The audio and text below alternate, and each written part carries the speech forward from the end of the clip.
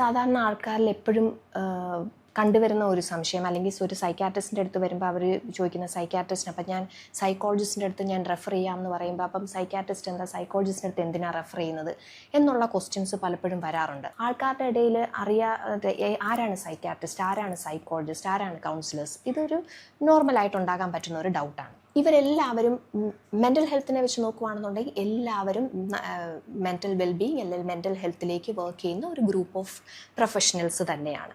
Difference എന്ന് പറയുന്നത് അവരുടെ എഡ്യൂക്കേഷണൽ ബാക്ക്ഗ്രൗണ്ട്, അവർ വർക്ക് ചെയ്യുന്ന മേഖല, അവർ കൈകാര്യം ചെയ്യുന്ന അസുഖങ്ങളുടെ സിവിയറിറ്റി ഒക്കെ വെച്ചിട്ടാണ് നമുക്ക് അതിൻ്റെ അകത്തൊരു ഡിസ്റ്റിങ്ഷൻ പറയാം. സൈക്കാട്രിസ്റ്റ് എന്ന് പറഞ്ഞാൽ എല്ലാവർക്കും മനസ്സിലാകുന്ന രീതിയിൽ നോക്കുവാണെങ്കിൽ MBBS കഴിഞ്ഞ് മനസ്സിൻ്റെ റിലേറ്റഡ് ആയിട്ടുള്ള കാര്യങ്ങൾ, അതായത് മനോരോഗമായിട്ട് റിലേറ്റഡ് ആയിട്ടുള്ള കാര്യങ്ങളിൽ ഉപരിപഠനം ചെയ്ത ആൾക്കാരെയാണ് സാധാരണ അതുവരെയാണ് സൈക്കാട്രിസ്റ്റ് എന്ന് പറയുന്നത്. സോ MBBS കഴിഞ്ഞിട്ട് അതിൻ്റെ PG കൂടെ എടുക്കുന്ന ആൾക്കാരെ നമ്മൾ സൈക്കാട്രിസ്റ്റ് എന്ന് പറയും.